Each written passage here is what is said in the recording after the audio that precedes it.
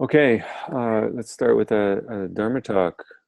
Today is May 6th, 2018, and we've been looking at the Sutra on mindful breathing. And can you remember, just ask you, which foundation of mindfulness we've been talking about, the last Dharma talk? Do you remember? Breathing? Actually, breathing is part. That's a good response. That breathing is not one of the foundations of mindfulness. It's part of a foundation. Do you know which? So the foundation that breathing is a part of is the body. So the body, the physical body itself, is a foundation for mindfulness. But we've been talking about a different foundation. Do you remember? There's four of them. Body, mind. Right, yeah. Body, actually, the one that we've been talking about is mind, and the one between body and mind is...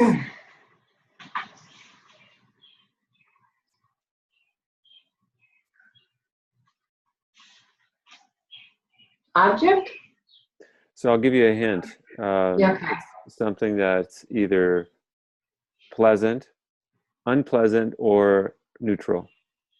Sensation? Emotion.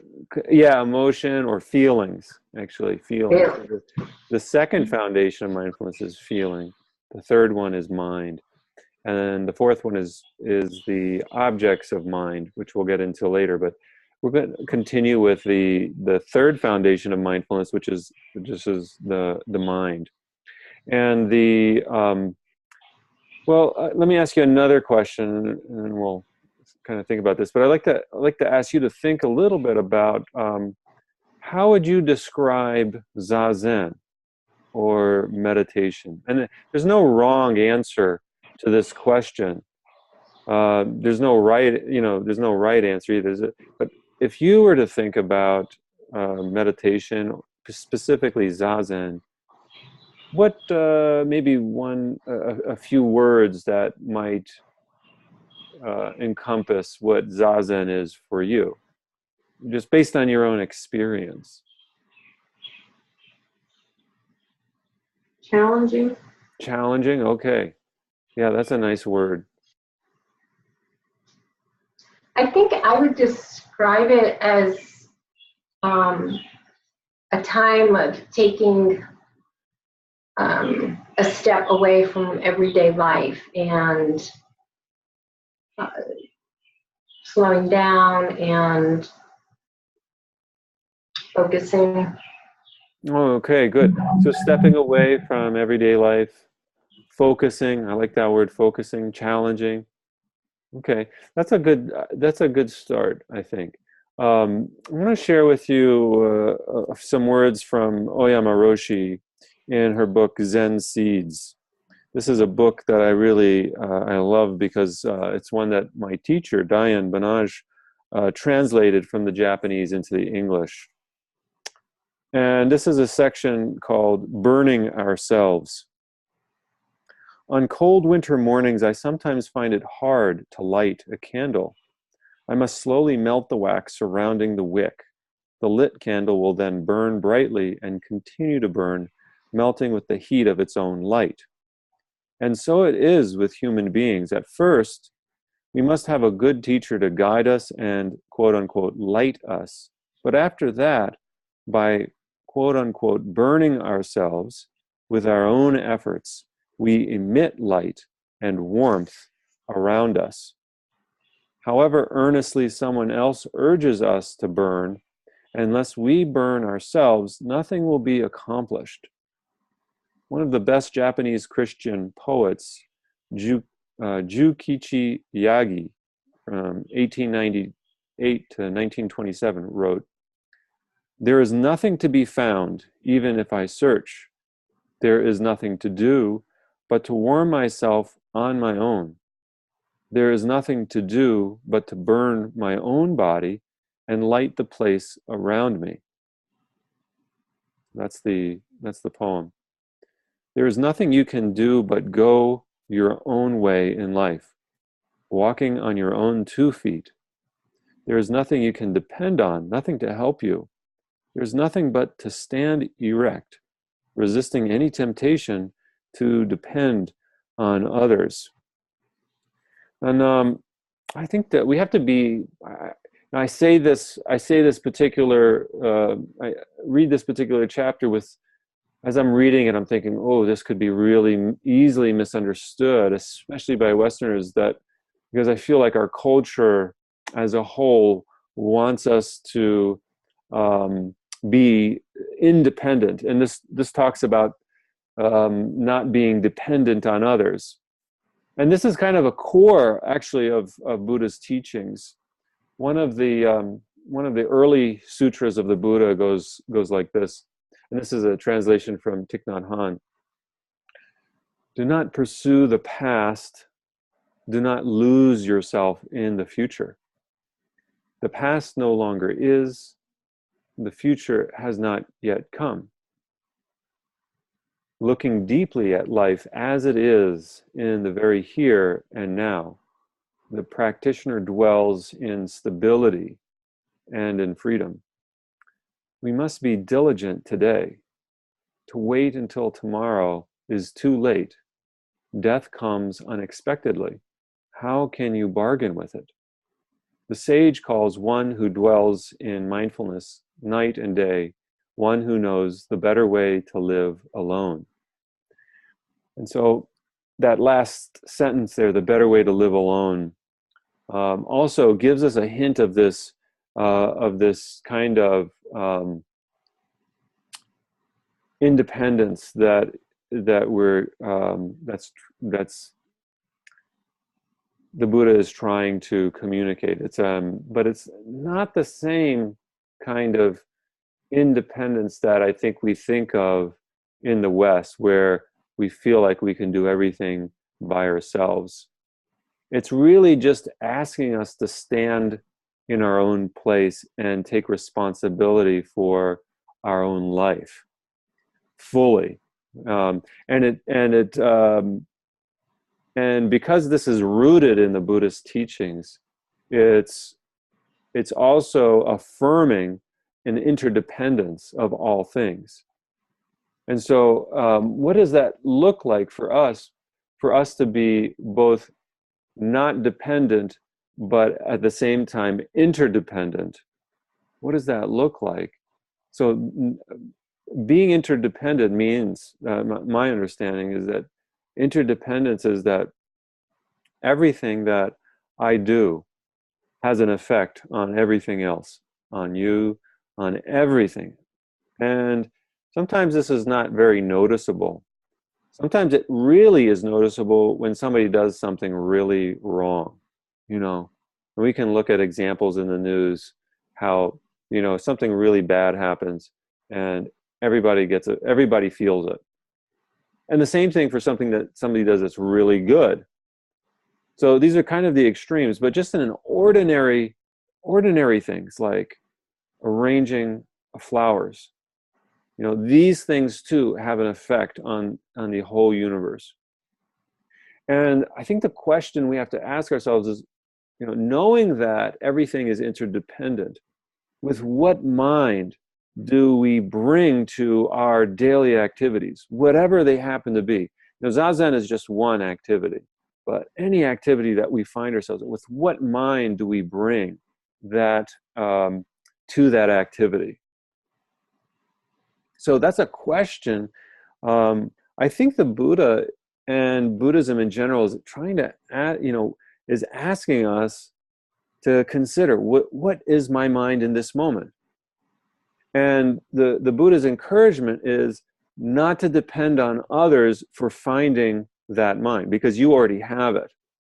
It's not like you have to go and find it, but it's just stepping into your own true self.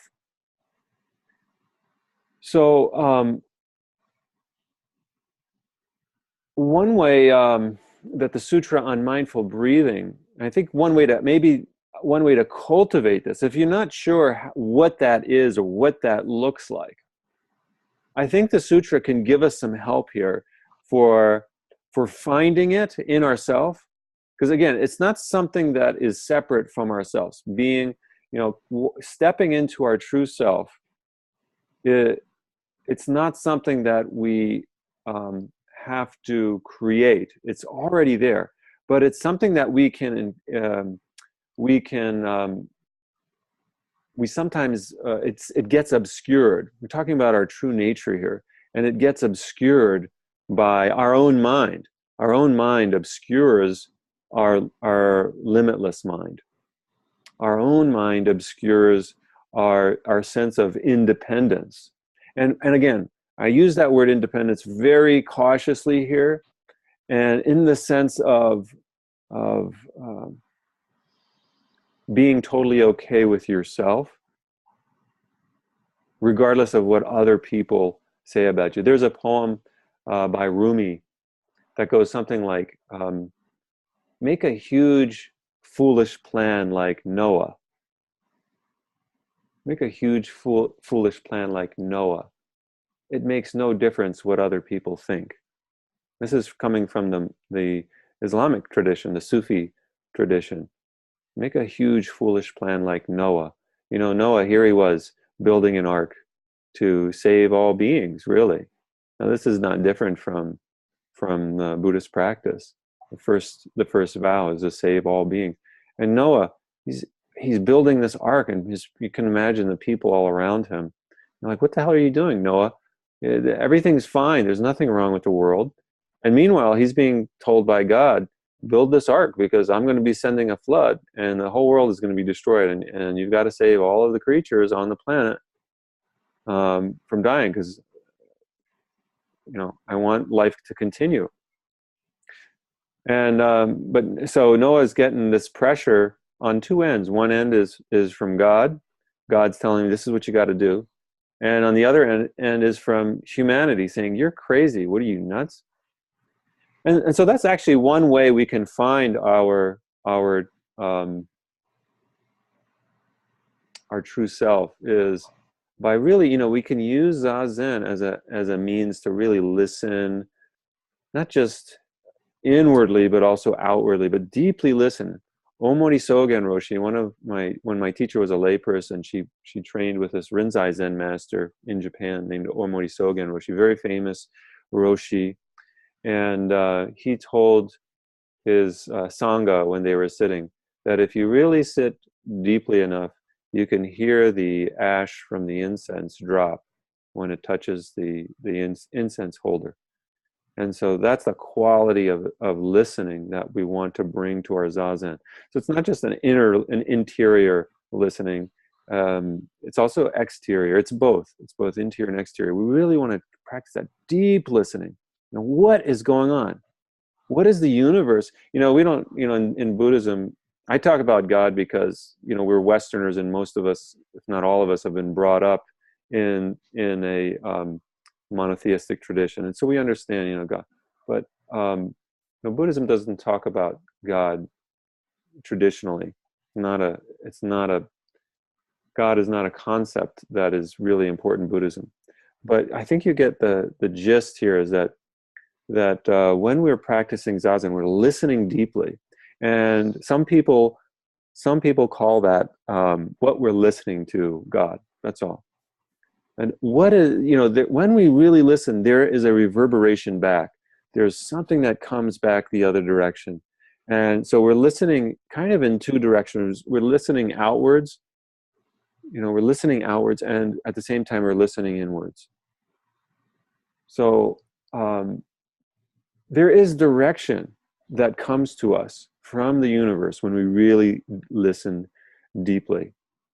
And that, so this is one way to kind of find our what it is that we are being asked to do. And so that's one way to do it. Another way is that, sometimes it's helpful that it's a crazy idea. There's sometimes these crazy ideas, something that within your own family, for example, your parents would just be horrified to know that you were thinking of doing. But at the same time, you know that it's something that you've got to do. That, I think that's one way. It's what, and again, we're staying within the confines of the precepts. The precepts are our protection here. So we're not doing something that's outside of the realm of morality or ethics.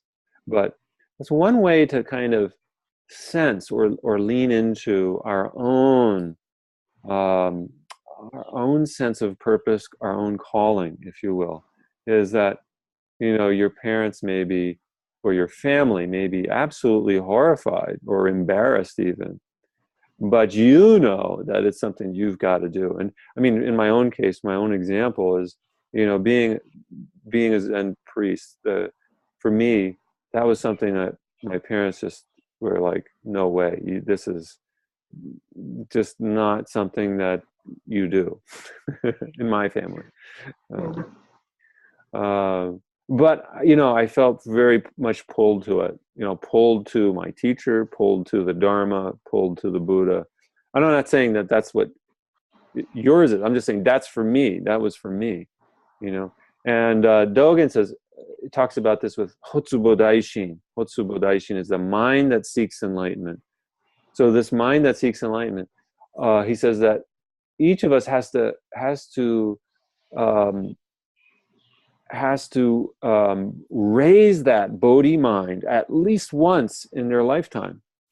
This is the mind that wants to be enlightened, just as the Buddha. We have to raise it at least once in our lifetime. So it's that sense of urgency about life. My life is short. Life is short. My life in particular is short. What am I doing here in this short time? I don't know how long I've got, but I've got to do my utmost right now. Where there's something, maybe it's not, maybe that's a little bit too much. Maybe there's something that I'm being asked to do here. There's something that I'm being asked to do. What is that? So the Sutra of Mindful Breathing can kind of help us. Here. It can give us some direction if we're not sure what that is. And even if we are sure, it can help to solidify what we already feel like we need to be doing. So either way, it helps. So the third exercise so we're talking about the third establishment of mindfulness, that is the mind. Okay, and there's a few exercises here. The third one is about concentrating the mind. So having a concentrated mind. And I think this concentrated mind is synonymous with what Aoyama Roshi said earlier about burning ourselves. A concentrated mind burns away our afflictions. And so what my teacher, Diane Roshi, when she first started doing Zazen as a layperson in Japan, she said that's what Omori Roshi gave her, was a space to burn up all of her crud. So I'm just going to invite you to consider this image for Zazen as a kind of a burning away of our afflictions, our mental afflictions, our physical afflictions. It's a burning of ourself, a whole. Shunryu Suzuki Roshi in Zen Mind, Beginner's Mind talks about Zazen as a bonfire, making a bonfire of ourself. And when we're really doing Zazen, we are on fire. I don't mean that literally, although some monks have actually taken that literally and taken their lives as a means to make a point. I'm thinking specifically in Vietnam. One of a contemporary of Thich Nhat Hanh to protest the Vietnam War, actually doused himself in fire, in gasoline, and lit himself on fire as a means to protest the war. And this idea of burning comes from the Lotus Sutra, where one of the bodhisattvas in the sutra, he sets himself on fire, and this is a long burning, slow burning fire. It's one that lasts several kalpas, I think, maybe several thousand years. So, we can take this literally, and some have. I don't encourage that in any way. But how do we, you know, in a figurative sense, how do we set our self on fire? And concentrating our mind, you know, this is something to kind of think about. How do we concentrate our mind in Zazen? So the Buddha proposed many kinds, many ways to concentrate. And I want to name three of them and focus on one. I want to name three. So three kinds of concentration. One is the concentration on emptiness. The second one is a concentration on signlessness. And the third one is concentration on aimlessness. So concentration on emptiness. I'm going to just focus on that. Concentration on emptiness. So emptiness, we've heard of this in Buddhism. You all recite the Heart Sutra sometimes, right? Mhm. Yeah, okay. So in the Heart Sutra, we talk about form is emptiness, emptiness is form. And all of the 5 skandhas are empty. So what is emptiness? You know, emptiness is probably not the best translation, but that's what we've got here. Emptiness is, it's not a belief. It's not a Buddhist belief. We don't believe in emptiness. It's not a Buddhist law. It's not something that we, it's not a law. But emptiness is something that we practice. It's a practice. Something to be practiced. And what is it that we're practicing? It's practicing,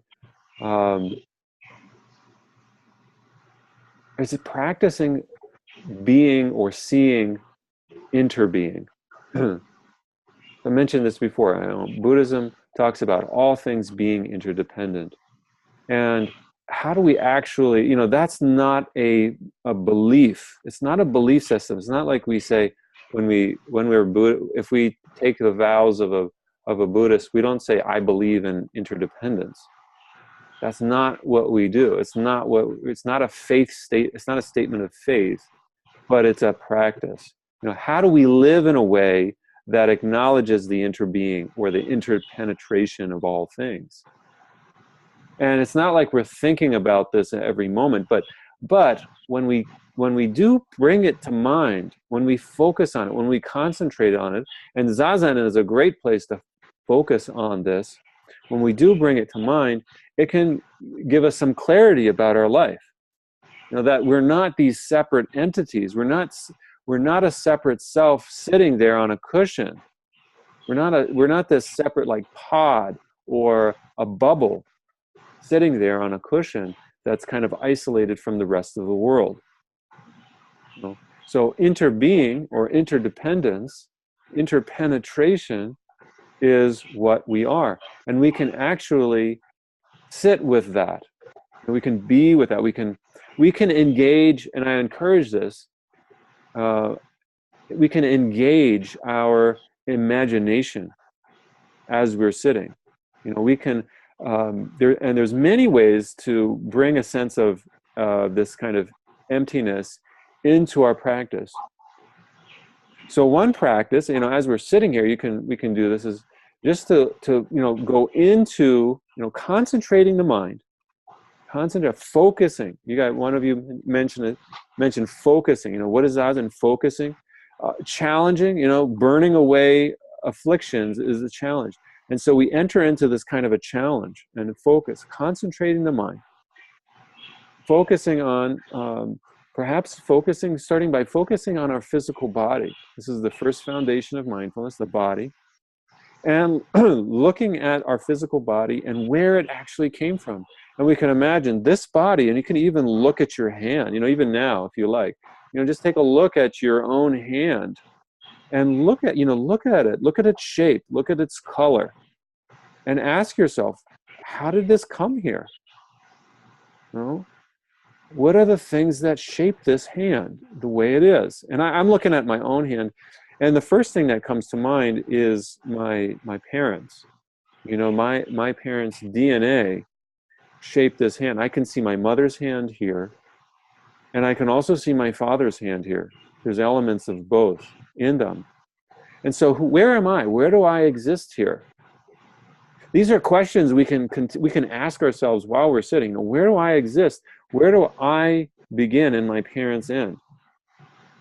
And when I look at my hands, I also see something else that has been a significant factor in my life that's shaped my hands, my environment, and a particular aspect of my environment. That is the fact that I swam regularly for the first, actually from the age of 7 till 21, and actually even beyond that. So these are formative, physically formative, as well as mentally formative years, but my hands betray the fact that I spent a lot of time in water. And when I look at them, I can even, my body remembers cupping the water in my hands as I pull it, And so the water, in a sense, the swimming in the water has shaped these hands. And so, even for you, the way that we've used our hands in our lifetime shape it. Our writing utensils, the brush, if you practice, you guys practice shodo, the way of the brush, and the way that you hold the brush and using your arm, using your hand, that's shaping your hand. So shodo shapes us just as much as we shape kanji characters, Chinese characters on a piece of paper. The shodo is also shaping our hand, creating us. And so this is just an example of using the practice of practicing interbeing. We can also do this with our food. When we have a plate of food in front of us, we can look more deeply at the food and ask ourselves, we say that innumerable labors have brought us this food. We should know how it comes to us. And so when we look at our plate, looking at who, engaging our imagination here, because we need to engage our imagination here. Where did this food come from? And in a realistic way, where did this food come from? And we can imagine the farmer. We can imagine, there's countless people who delivered it from the field to our home. Countless people that we have no idea who they were. We have no idea how, what was their day when they woke up that morning and delivered this, got it to the truck, or maybe the truck driver. Or how about the person who made the truck itself? Or the people there that made that. The rubber from the tires and the trees came from maybe somewhere in Southeast Asia or someplace. So we see that, the whole world is present in each moment of our existence.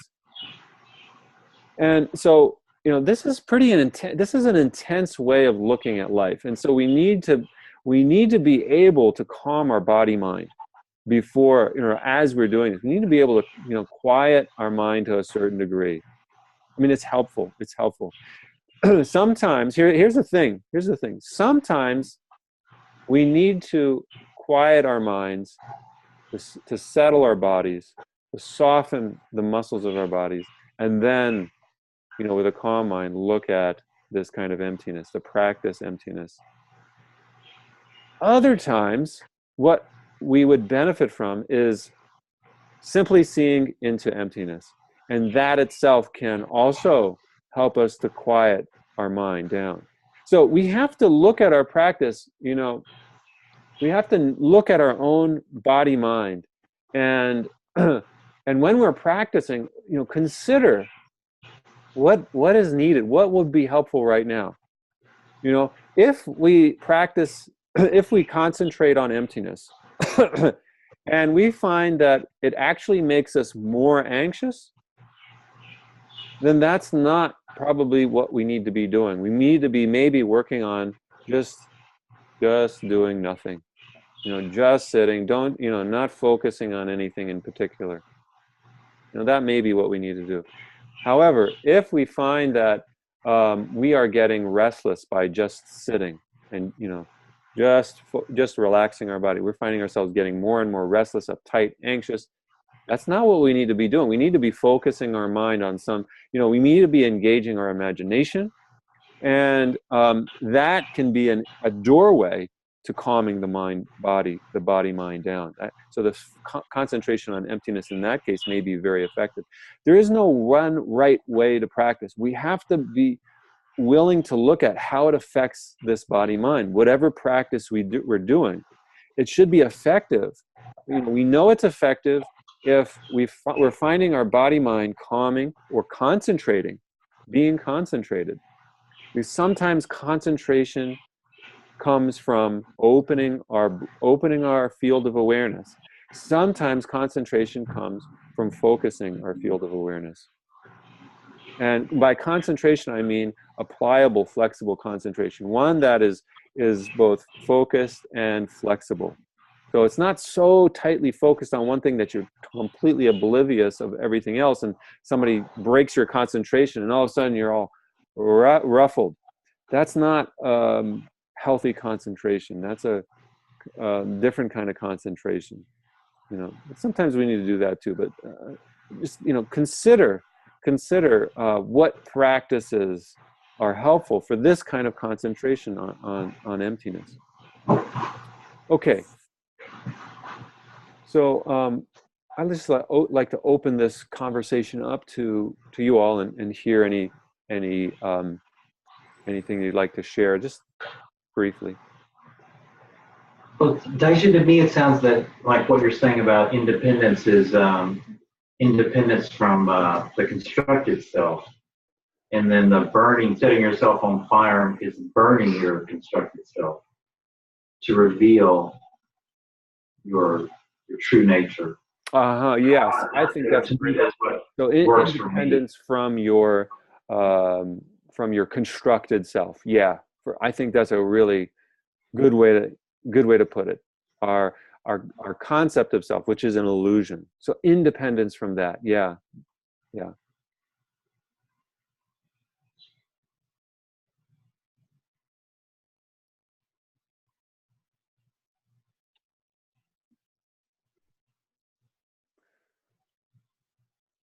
I'll tell you what, maybe you'll have some more thoughts on this and you can talk among yourself. I encourage you to do that, but I'm going to close it for now and just do a closing dedication. May this merit extend universally to all, so that we, together with all beings, realize the Buddha way. All Buddhas throughout space and time, all our Mahabodhi, wisdom beyond wisdom, Mahaprajna Paramita.